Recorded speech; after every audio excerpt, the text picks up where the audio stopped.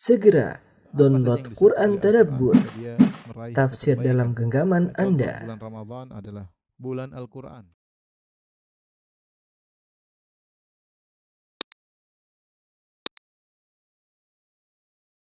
Bismillahirrahmanirrahim. Assalamualaikum warahmatullahi wabarakatuh. Alhamdulillahi ala ihsani wa syukru lahu ala taufiqihi wa amtinani wa asyhadu an la ilaha illallah wahdahu la syarika lahu ta'ziman li sya'ni wa asyhadu anna Muhammadan abduhu wa rasuluhu da'ila ridwani. Allahumma salli alaihi wa ala alihi wa ashabihi wa ikhwani. Para ibu-ibu yang dirahmati Allah Subhanahu wa taala.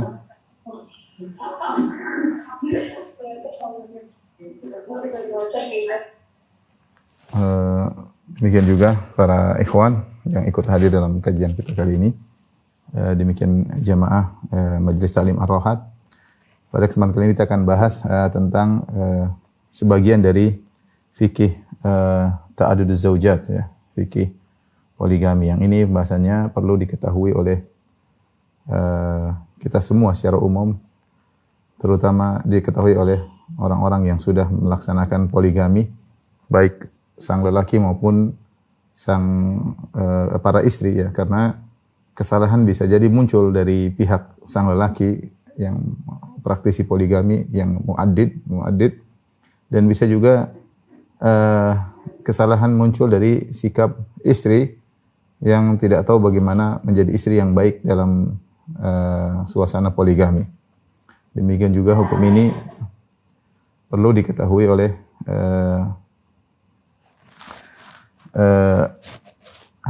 orang-orang yang hendak melaksanakan poligami, ya, karena al-ilm qabla al-qaul wal amal. Ilmu itu sebelum berbicara dan sebelum bertindak atau berbuat.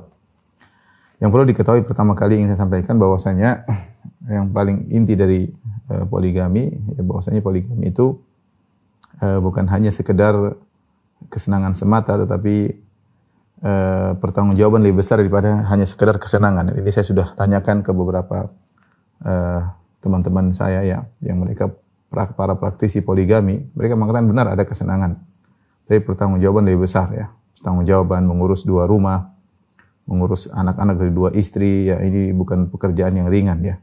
Ini pekerjaan yang berat, ya. Sehingga fikih tentang hal ini perlu untuk diketahui sehingga seorang tidak salah dalam melangkah, sehingga dia harus tahu dia kira-kira mampu atau tidak, ya. Yang pertama, saya sampaikan bahwasanya poligami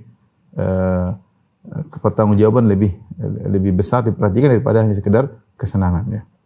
Dan betapa sering poligami yang salah dipraktikkan akhirnya hanya menimbulkan kerusakan dalam rumah tangga. Hancurlah rumah tangga yang pertama, dan bisa jadi rumah tangga yang kedua juga hancur. Kemudian hari-hari dilalui dengan kesedihan, dengan pertengkaran, dan itu adalah musibah, ya. Yang menunjukkan bahwasanya sang laki tidak mampu menjalani kehidupan rumah tangga dengan berpoligami. Yang kedua, bahwasanya sikap adil dalam poligami adalah sangat dituntut.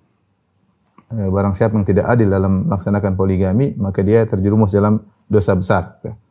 Ya, karena Nabi SAW bersabda, "Man kana lahu imra'atani famala ila ihdahuma jaa yaumal qiyamati wa shiqquhu ma'il." Barang siapa yang memiliki dua istri, kemudian dia condong kepada salah satu dari keduanya, maka dia akan datang pada hari kiamat dalam kondisi badannya miring, badan sebelahnya jatuh miring, ya, karena menunjukkan dia tidak adil, ya.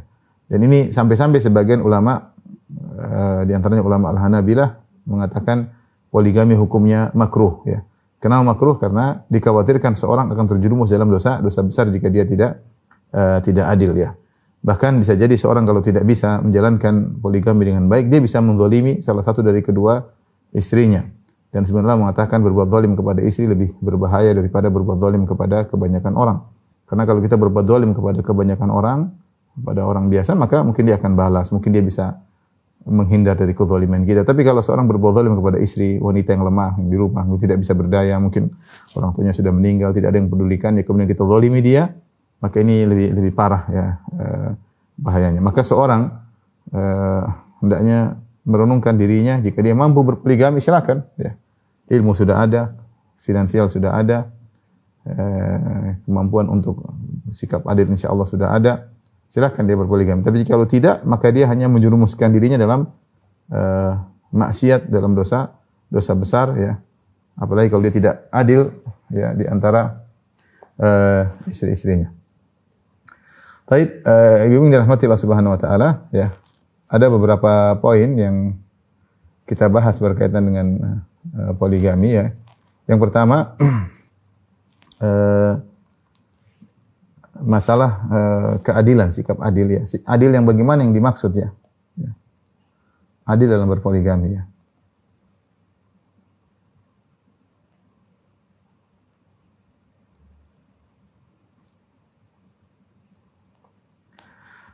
Secara umum ada dua pendapat, ada khilaf di kalangan para ulama tentang adil yang bagaimana yang dituntut dalam melaksanakan poligami, ada khilaf. Ada dua pendapat. Pendapat pertama, pendapat mayoritas ulama ya.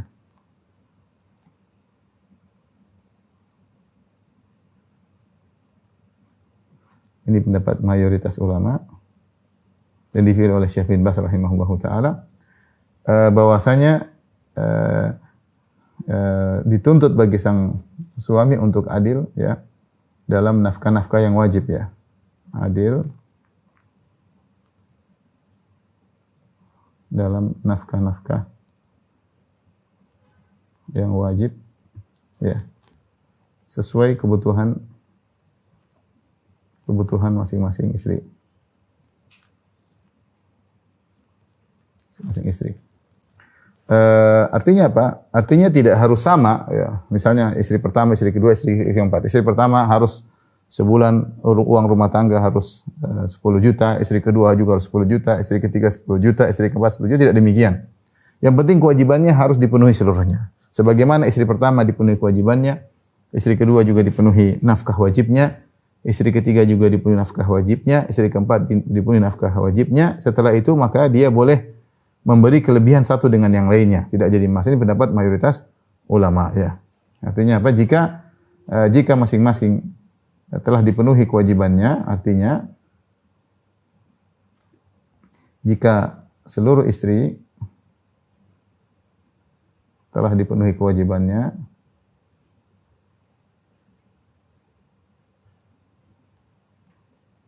maka boleh bagi sang suami untuk memberi yang lebih pada yang lainnya. Beri lebih pada yang lainnya. Ini pendapat mayoritas ulama ya. Karena kalau diharuskan semuanya pemberiannya sama, tidak ada bedanya ya. Satu dibelikan mobil, mobilnya semua sama, rumahnya harus besar semuanya sama. Ini perkara yang sulit. Dan kalau dia wajibkan demikian, maka poligami tidak bisa terlaksanakan. Sehingga kalau poligami tidak bisa terlaksanakan, maka banyak kemaslahatan yang tidak diraih. Ini pendapat mayoritas ulama. Yang penting apa yang sudah wajib sudah dipenuhi, maka sisanya adalah kalau dia mampu untuk menyamakan, maka itu yang terbaik. Jika tidak mampu, maka dia boleh memberi lebih daripada yang lain. Tentunya seorang suami yang baik dia bisa menjaga suasana yang baik dalam kehidupan poligaminya ya. Meskipun dia berikan kepada salah satunya, bukan berarti dia cerita kepada yang lainnya bahwasanya saya sudah belikan yang si A belikan emas lebih banyak daripada kamu. Tidak perlu dia cerita ya, tidak perlu dia cerita. Tetapi yang wajib bagi dia adalah semua kewajiban dari istri-istrinya semua terpenuhi. Ini pendapat pertama. Pendapat kedua, ini minoritas ulama. Di antaranya adalah Syekhul Islam Taimiyah, dan ini seperti dikuatkan oleh Syekh Ibnu Utsaimin rahimahullahu taala ya, bahwasanya hendaknya adil dalam segala hal ya. Dalam segala pemberian ya. Selama mampu tentunya, selama mampu. Jika tidak mampu ya di luar kemampuan ya. Kecuali jika tidak mampu.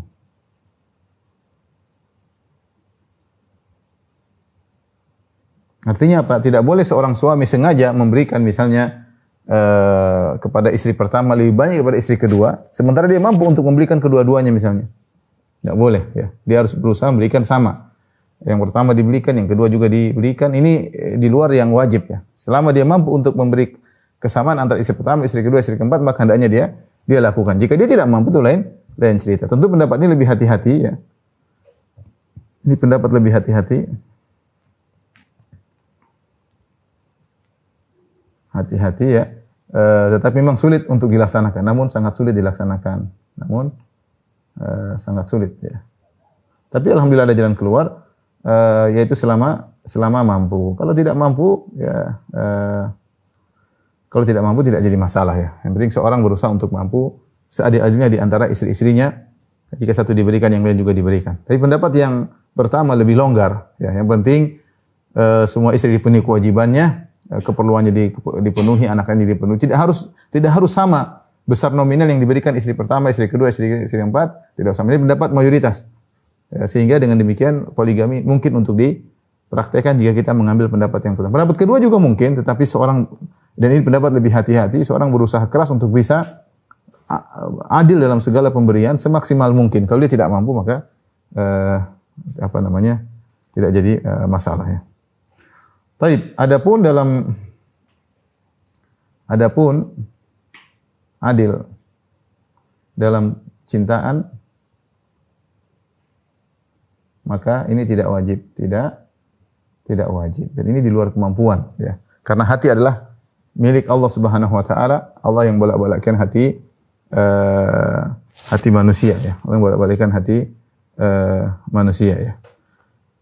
Oleh karenanya Ibnu Qayyim rahimahullah taala berkata, la tajibu taswiyatu bainan nisa'i fil mahabbah fa innaha la tumlak. Ya, sungguhnya tidak ada kewajiban untuk adil dalam rasa cinta di antara istri-istri karena itu perkara yang tidak dimiliki oleh seseorang.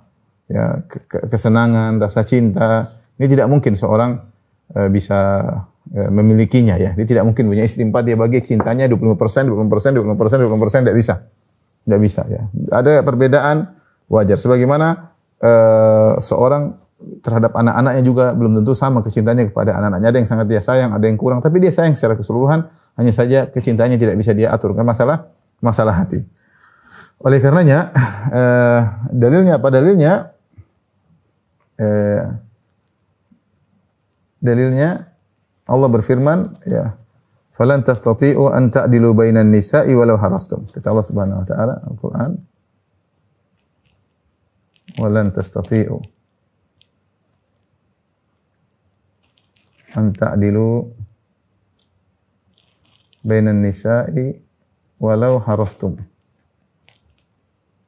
Kalian tidak akan bisa mampu untuk adil di antara istri-istri kalian meskipun kalian sudah semangat. Kalian tidak bakal mampu adil ya.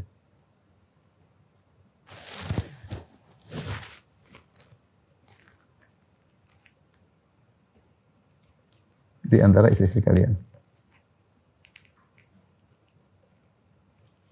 Tapi yang Allah larang fala tamilu kullal maili fatadharuha kal mu'allaqah. Tapi jangan kalian terlalu condong kepada salah satunya sehingga yang lain menjadi terbengkalai, terlantar, itu tidak boleh. Tapi jika seorang semuanya diperhatikan, kewajibannya dipenuhi, kemudian ada kecondongan lebih cinta kepada yang lainnya, maka ini perkara yang tidak bisa dia miliki. Kemudian hadis Nabi sallallahu alaihi wasallam, sikap Nabi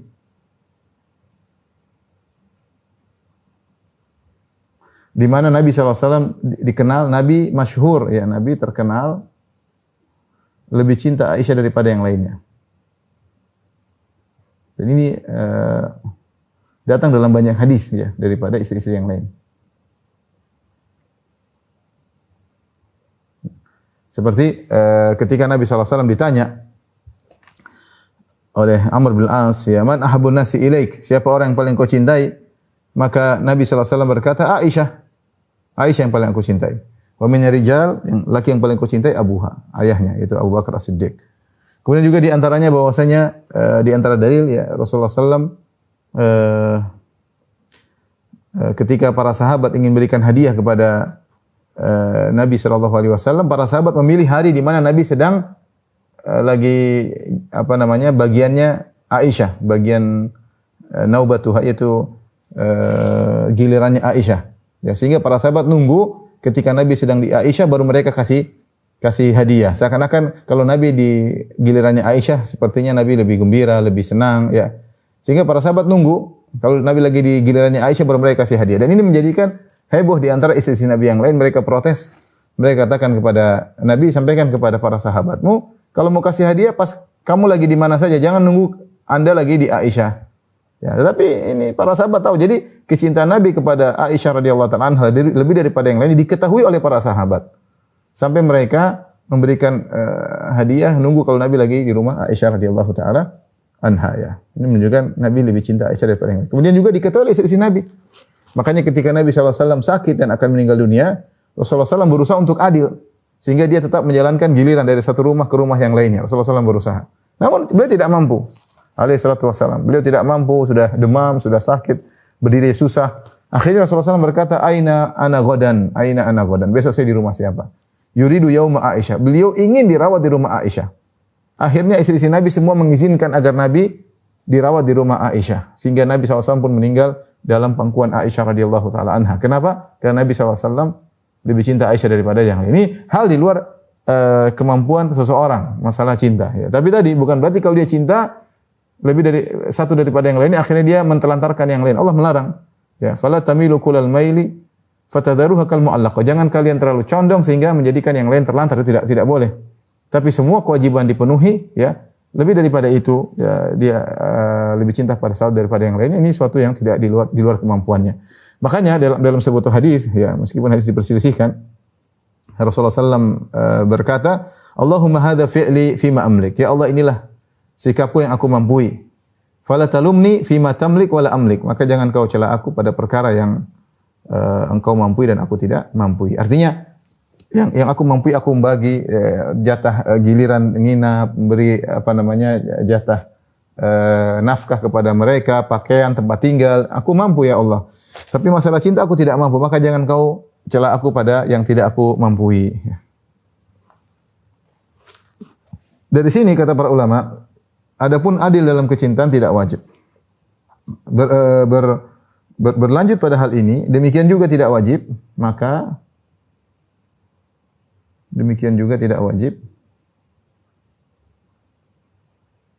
Wajib sama atau adil dalam hal masalah ranjang.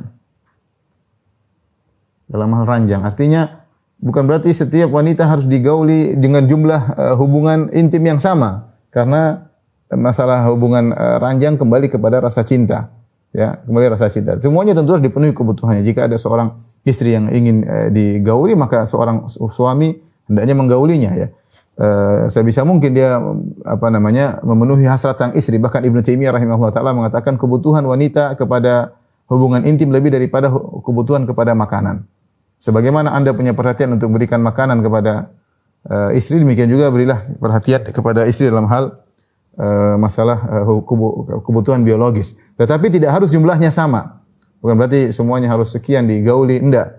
Karena kembali kepada rasa cinta tidak bisa kita kuasai, karena itu masalah hati, dan hati di tangan Allah Subhanahu wa taala, di antara jemari Allah Subhanahu wa taala. Demikian juga masalah hubungan intim, maka tidak harus dikatakan harus jumlahnya sama antara satu dengan yang lainnya, ya.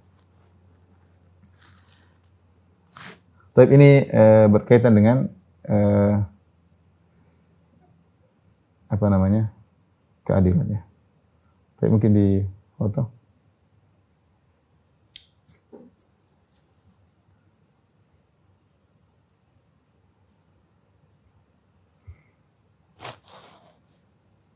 Tapi kita bicara sekarang pembagian hari.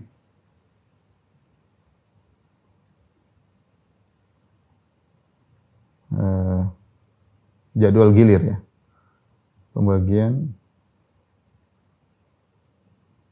jadwal gilir nginapnya. Baik. Yang lebih utama, sebagaimana praktek Nabi SAW, ya, yang lebih utama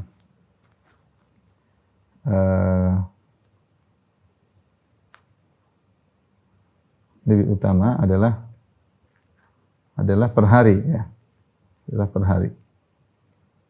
Jadi sehari di rumah yang ini, hari berikutnya rumah berikutnya, demikian. Jadi setiap hari ganti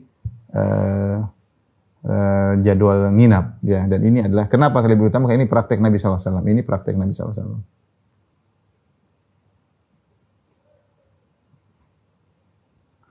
Selain itu, ini lebih lebih rahmat bagi sang istri, lebih sayang bagi bagi wanita. Wanita kalau ditinggal 2 hari, ya 3 hari, banyak pikirannya. Tapi kalau semakin jaraknya semakin dekat, sehari, besok lusa dia libur, besok dia libur, lusanya sudah ketemu lagi. Besoknya libur lagi, tidak ketemu suaminya, lusanya ketemu. Itu lebih baik tentunya. Ini hukum asal demikian. Tetapi jika lebih daripada ini juga tidak mengapa ya.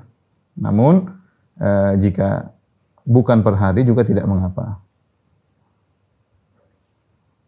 Sebagian ulama mengatakan hendaknya minta izin kepada semuanya ya. Misalnya per 3 hari baru pindah tempat tinggal atau lebih daripada itu ya. Lebih daripada itu. Ya, apalagi kalau ternyata 2 istrinya misalnya atau 3 istrinya berada pada kota yang berbeda, ini tentu lebih sulit lagi ya. Jika dia mampu jaraknya dekat itu lebih baik ya, 3 hari atau kalau dia punya duit banyak tiap hari safar, sehari di sini, besok di sana, besok. Kalau mampu silakan, tapi kalau nggak mampu tentunya kemaslahatan lebih diutamakan. Bisa jadi dia atur 2 minggu sekali atau 3 minggu sekali atau sebulan sekali, sebulan di sini, sebulan di sini.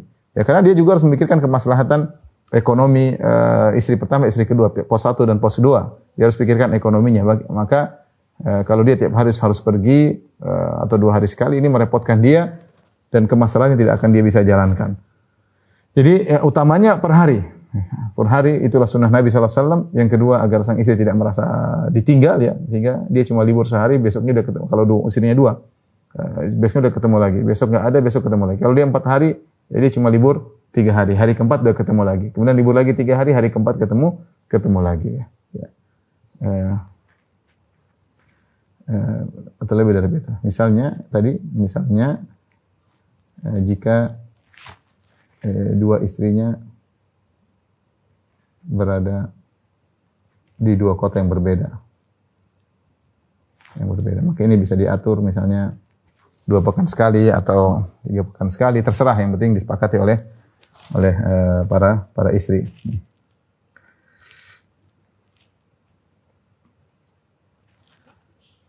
Kemudian berikutnya istri yang sakit juga berhak mendapatkan giliran, mendapatkan jatah gilir ya.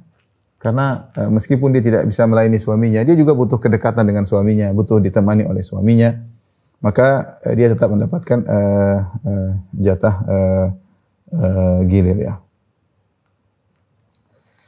Kalau ternyata misalnya jika istri yang sakit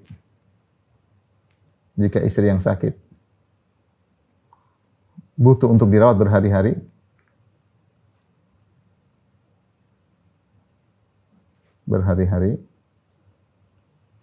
maka jika suaminya, 2 kemungkinan ya.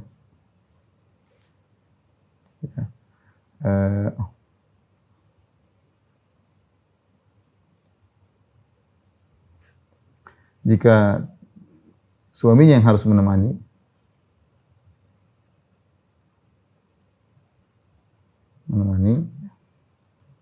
maka kelebihan hari harus diqadha bagi istri yang lain ya. Maka kelebihan hari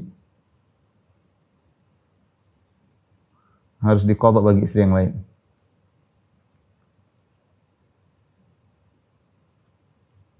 Ya, misalnya dia harus menemani istrinya sampai seminggu. Ya, kalau dia sudah menemani sampai seminggu, ternyata istrinya sembuh, ya sudah, berarti dia seminggu lagi bagi istri-istri yang lainnya. Atau dia rawat ternyata harus sebulan. Istrinya harus sebulan dia rawat. Ya sudah, dia enggak pergi ke rumah istri-istri yang lain. Dia hanya mungkin sela-sela seminggu sekali ke istri yang lain, seminggu kali istri yang kedua, istri yang ketiga.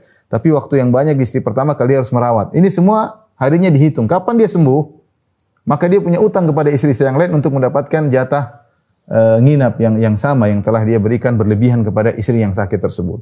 Ini dalam rangka untuk menegakkan keadilan ya. Jadi dia harus catat berapa hari lebih dia di istri yang pertama. Nanti dia harus qadha bagi istri-istrinya yang lain yang belum mendapatkan jatah ya. Yang belum mendapatkan jatah ya. Yang berikutnya ya. Namun ya, Jika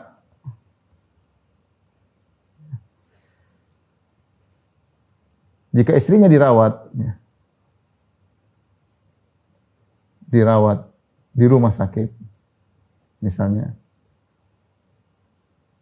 sehingga tidak bisa ditemani oleh suami, ya, sampai malam tidur bareng misalnya oleh suami, maka jika sembuh, ya, jika sembuh, dia tidak berhak mendapatkan qadha jatah giliran.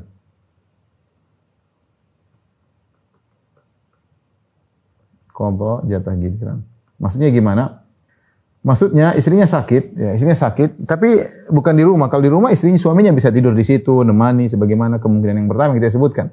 Tapi kalau ternyata istrinya sakit harus dirawat di rumah sakit, suaminya tidak bisa tidur di situ, jenguk saja, tidak bisa tidur di situ, maka istrinya tidak mendapatkan jatah nginap dari suaminya karena tidak bisa dikerjakan oleh suaminya.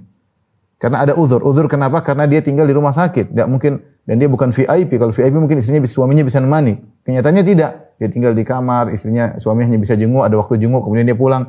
Sehingga istrinya tidak mendapatkan jatah nginap. Kalau istrinya sembuh suatu hari, dia tidak bisa bilang, kau selama 1 bulan tidak pernah tidur sama saya, jatahku sebulan diqadha. Enggak berlaku kepada dia. Karena sang suami tidak bisa menemaninya karena memang istrinya tidak mampu untuk ditemani, dan sehingga jatah qadhanya gugur, ya. Jatah qadhanya gugur, ya.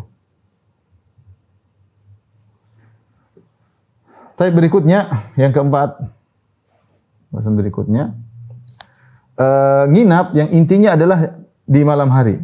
Inti daripada nginap, ya, giliran nginap itu adalah malam hari. Perhatikan, ini malam hari. Kecuali, kata para ulama, kecuali seorang yang kerjanya di siang hari. Dia ternyata kerjanya di malam hari. Kerjanya dia ternyata satpam, atau kerjanya adalah pergi perminyakan, dan dia harus kerja di malam hari. Maka intinya dia kerjanya malam hari. Dia mungkin harus begadang, maka jatah nginapnya berubah menjadi siang. Tapi hukum asal namanya nginap itu malam hari. Ya. Nginap itu malam hari. Ya. Baik, ketika nginap malam hari, beberapa peraturan harus diperhatikan. Beberapa peraturan, ya. Tidak boleh suami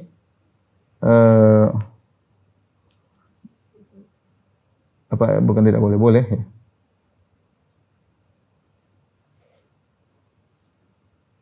Boleh bagi suami menemui istri yang lain di siang hari kalau ada keperluan.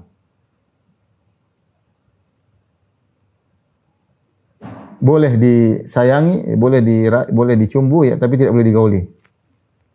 Dicumbu tapi tidak boleh digauli.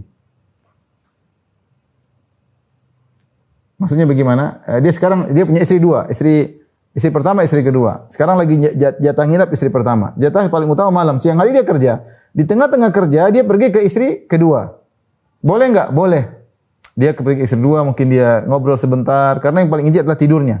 Dia pergi ke istri kedua, kemudian dia ngobrol, mungkin dia cumbui, mungkin dia cium, tapi dia enggak boleh gauli. Kalau dia gauli dia berdosa. Ya, karena jatah tidur adalah istri pertama. Dia lagi jatah berhubungan adalah istri pertama. Dia enggak boleh berhubungan dengan istri yang lainnya. Ya, tidak boleh, ya. Kalau dia bergaul dengan ini, fatwa Syekh Shalih Fauzan, siapa yang bergaul jika dia menggauli istri yang lain,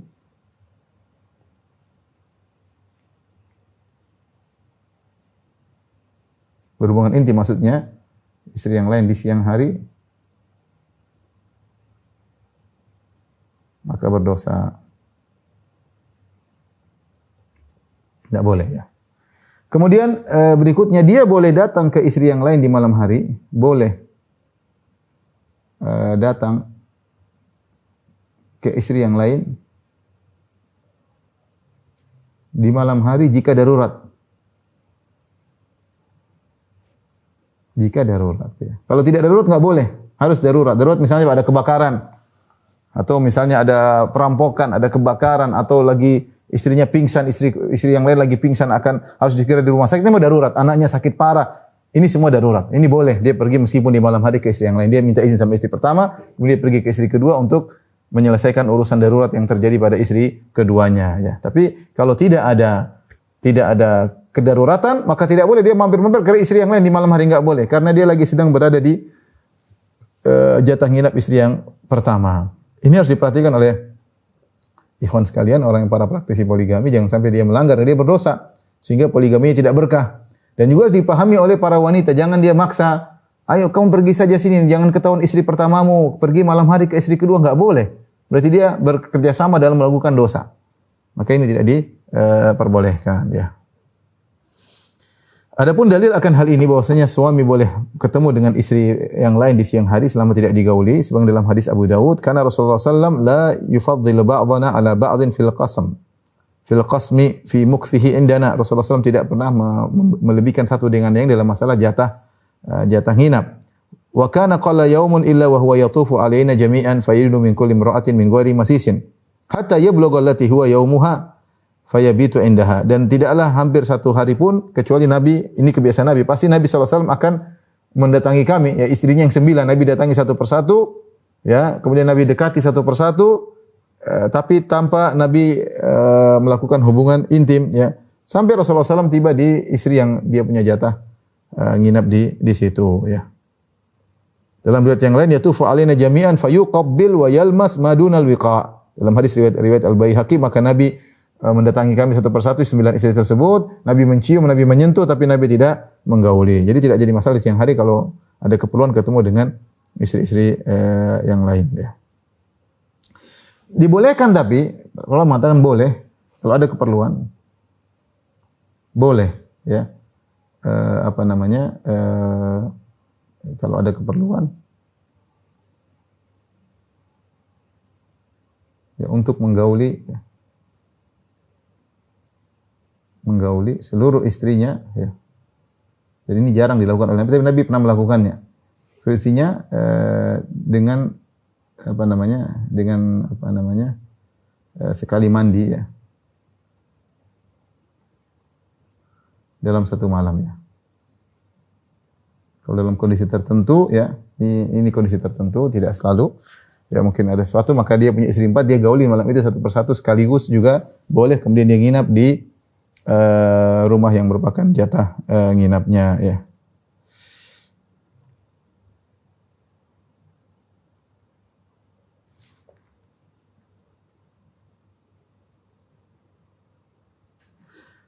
Tapi dengan syarat sekali jalan, ya, bukan dia mungkin sini kemudian dia nginap di sana, enggak, ya. Dia sebagaimana dilakukan oleh Nabi sallallahu alaihi wasallam dalam hadis riwayat Bukhari dari Qatadah dari Anas, kana Nabi sallallahu alaihi wasallam yaduru ala nisa'i fi sa'atil wahidah minal lail wan nahar wa huna 11.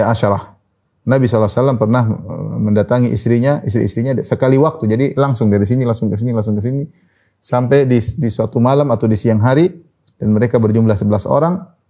Qala Qatadah sang perawi hadis, seorang tabi'in, dia berkata, qultu li Anas, aku bertanya kepada Anas bin Malik, aw kana yutiqu, apakah Nabi mampu melakukannya? Anas berkata, kunna natahaddatsu annahu u'tiya quwwata 30. Kami berbicara di antara para sahabat bahwasanya Nabi SAW diberi kekuatan 30 orang lelaki dalam masalah hubungan biologis, ya. Dalam riwayat yang lain adalah 9 istri, ya, tis'ah niswah, 9 istri.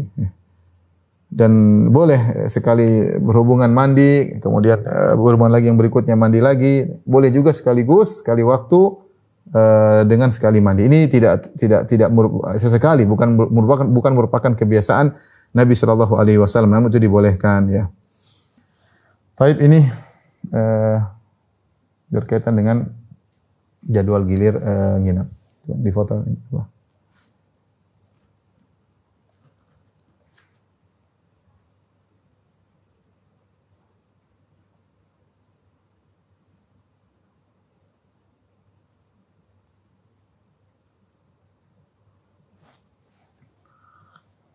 Baik, berikutnya, jika seorang baru mau poligami, ya. Jika seseorang baru poligami. Ya. Itu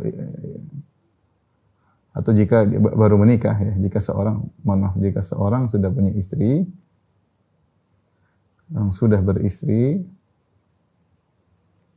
kemudian hendak menikah lagi, kemudian menikah lagi, maka ada dua kemungkinan.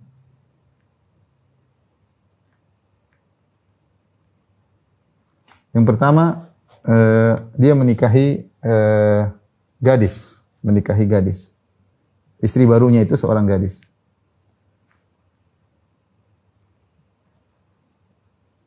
Istri baru, istri lama, istri tua, istri muda, istilah ya, jangan tersinggung ya. Istri baru, istri yang baru adalah gadis, bikr. Yang kedua, istri baru janda. Janda ya. Maka jika gadis, maka dia tinggal bersama sang gadis 7 hari. 7 hari. Tidak usah ke istri yang lain. Si pertama tinggal, istri kedua tinggal. Pokoknya yang baru 7 hari bersama istri barunya yang gadis. Setelah itu baru dia mulai hitungan giliran. Setelah itu baru mulai hitungan giliran lagi.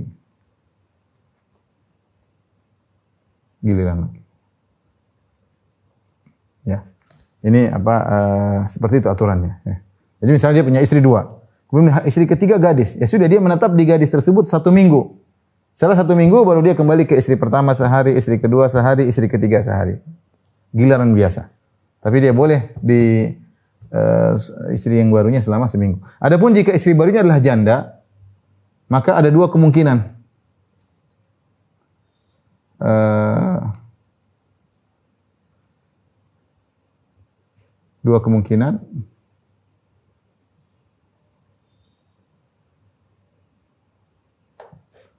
Dia tinggal 3 hari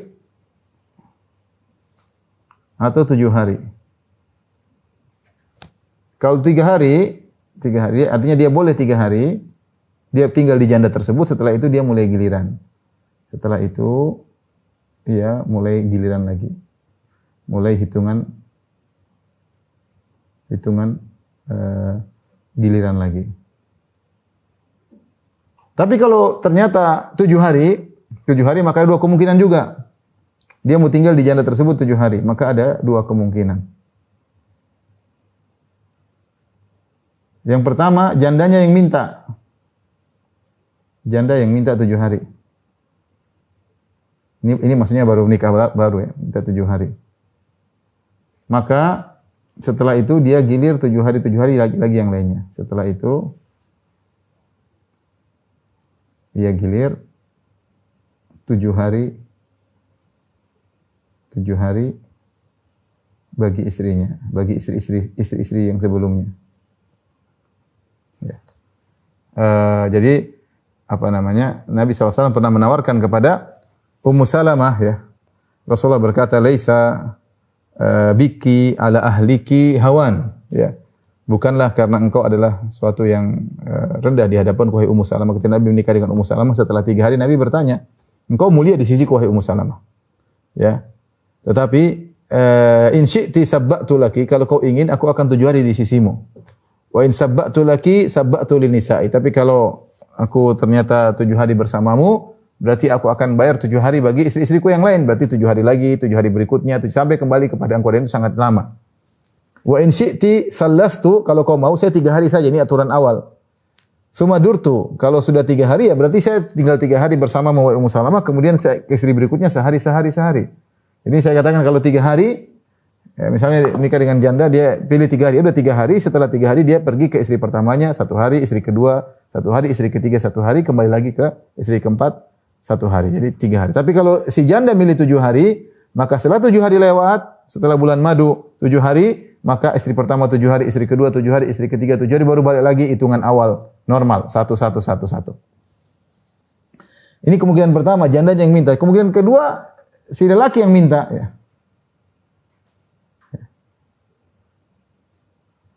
lelaki yang minta 7 hari. Maka dalam kondisi demikian sang lelaki hanya mengqadha 4 hari, hanya mengqadha 4 hari bagi istri-istri yang lain. Kenapa demikian? Karena dia ambil haknya, ya 4 hari dia tambahkan ke istri jandanya tadi, bukan permintaan sang janda ya, tapi dia yang mau, sehingga dia yang melanggar. Ketika dia melanggar, maka dia tinggal bayar 4 hari kepada yang lainnya ya. Lain halnya kalau sang wanita yang minta, maka dia telah menghalangi hak istri-istri sebelumnya yang harusnya segera dapat jatah, dihalangi selama tambah 4 hari. Kalau begitu, selesai dari 7 hari ini, maka yang istri yang lain juga 7 hari. Ya, kira-kira demikian ya. Mudah-mudahan bisa dipahami. Tapi yang belum poligami tentu kurang paham ya. Coba silakan. Di foto apa?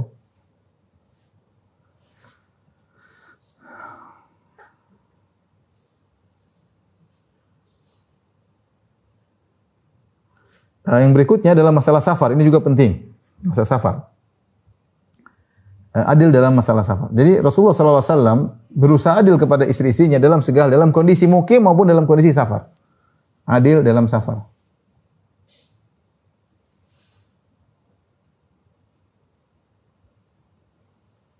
Ya. Dalam kondisi safar ya. Ada beberapa kondisi ketika sedang safar.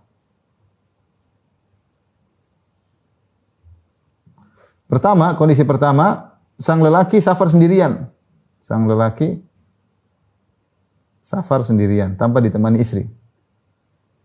Ya. Maka kalau dalam kondisi demikian, pembagian jatah lagi off ya. Berarti hitungan giliran jatah off. Ya, misalnya dia lagi istri pertama 1 hari, istri kedua 1 hari. Kemudian dia safar seminggu. Ini enggak dihitung. Lagi off seminggu. Kemudian dia langsung istri ketiga sehari, istri keempat sehari. Demikian. Kalau dia safar sendiri maka hitungan giliran lagi jatah lagi off, tidak dihitung karena dia bersafar sendirian. Kondisi yang kedua ya. Jika dia bersafar bersama istri. Jika bersafar bersama istri. Caranya bagaimana? Dia harus qur'ah ya. Pertama harus qur'ah. Qur'ah itu ketika karena semua istrinya 2 atau 3 misalnya atau 4, semuanya punya hak untuk bersafar bersama dia.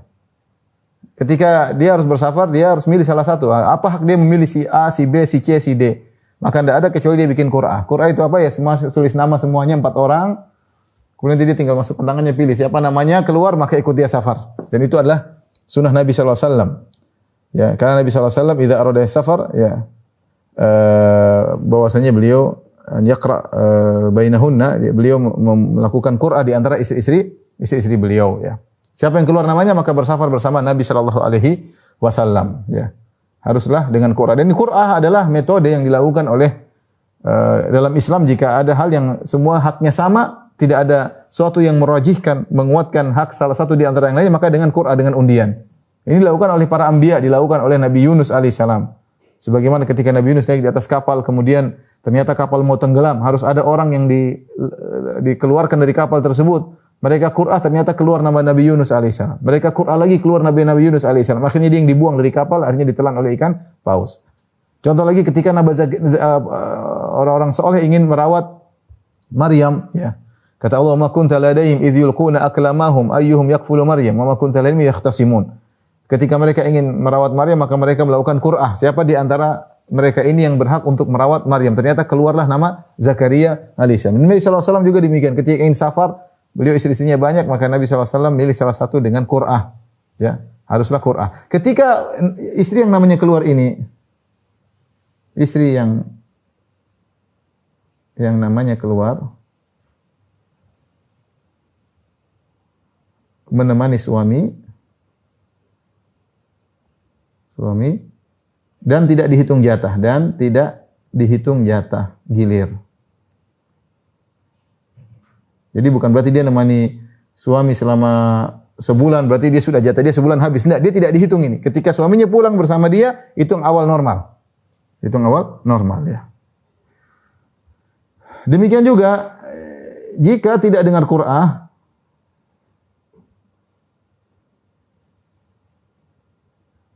tapi semua istri yang lain ridha,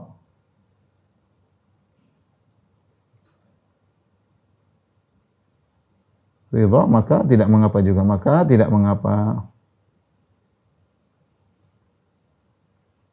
Hukumnya sama seperti yang ini, hukumnya sama. Ya, hukumnya sama yaitu ketika dia pulang tidak apa namanya? tidak perlu dihitung, dianggap hitungan gilir. Demikian juga jika dia ajak seluruh istrinya.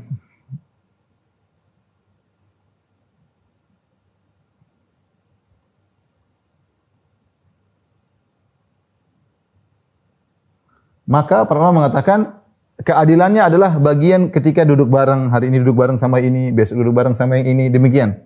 Ya, maka harus tetap adil.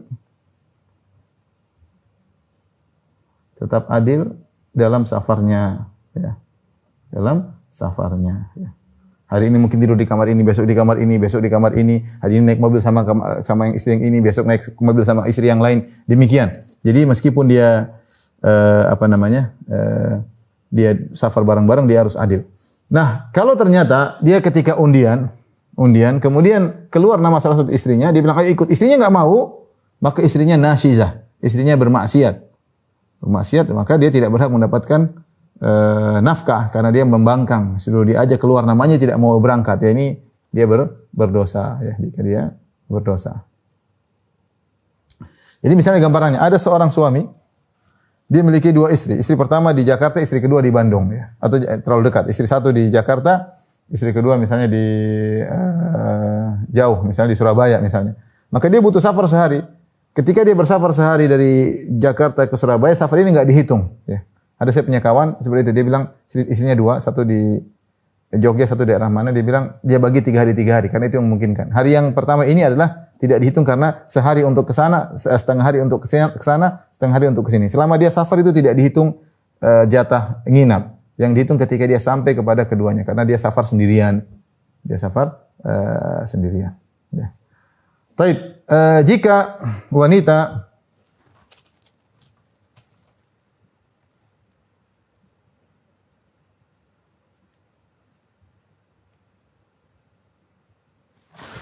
Baik, jika kondisi berikutnya, jika suami bersafar dengan istri karena kebutuhan istri. Misalnya apa? Misalnya karena berobat, karena istrinya mau haji, istrinya mau umrah, maka dia temani. Ini karena kebutuhan istri.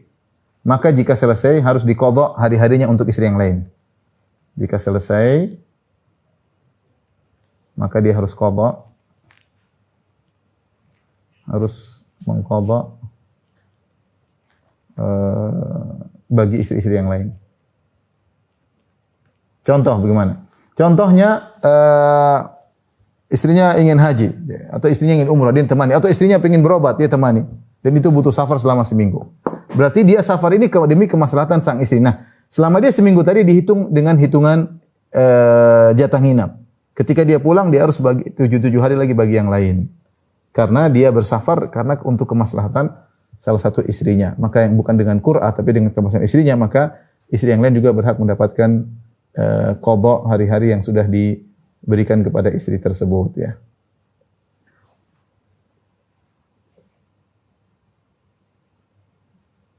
Tapi kata para ulama, jika istri bersafar karena kebutuhan suami, misalnya dia harus bersafar menemani suami, ngurusi anak suami karena gini, maka para ulama mengatakan tidak, ini ada kebutuhan suami, maka tidak perlu qadha.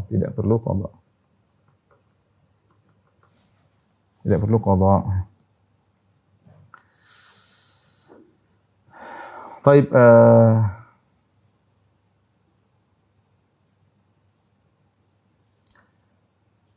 Tapi mungkin saya katakan lagi yang terakhir juga selain adab dalam bersafar ya.